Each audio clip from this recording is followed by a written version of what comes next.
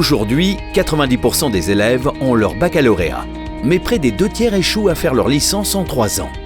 Les lycéens jouent leur baccalauréat sur quelques épreuves concentrées sur une semaine, et les lycées sont immobilisés durant tout le mois de juin. Cette réforme doit faire du baccalauréat un véritable tremplin vers la réussite pour tous les élèves. Les aider à construire un projet d'avenir selon leurs talents et leurs aspirations. Mieux répartir l'évaluation et valoriser les efforts des élèves dans la durée. Moderniser et simplifier cet examen.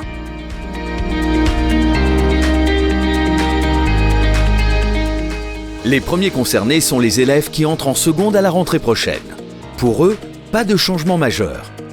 Si ce n'est un test pour les aider à faire le point sur leurs connaissances, un accompagnement personnalisé et un temps dédié à l'orientation. En voie générale, les séries sont remplacées par des enseignements communs et le lycéen choisit 3 enseignements de spécialité en première, puis 2 en terminale. En voie technologique, les séries demeurent, mais des enseignements communs sont introduits. Les enseignements de spécialité dépendent de la série choisie par le lycéen.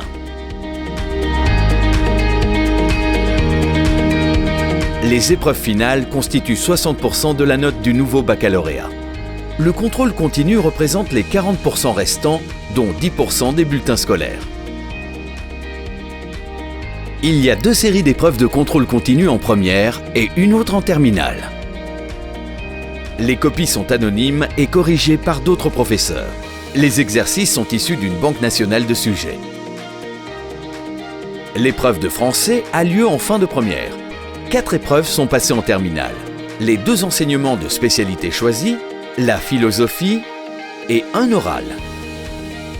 Cet oral de 20 minutes est l'une des grandes nouveautés. Il permet à chaque élève de présenter un projet dans le cadre de ses enseignements de spécialité. L'exposé est suivi d'un échange avec le jury. En résumé, le baccalauréat 2021, c'est plus d'accompagnement, plus d'égalité et plus de réussite.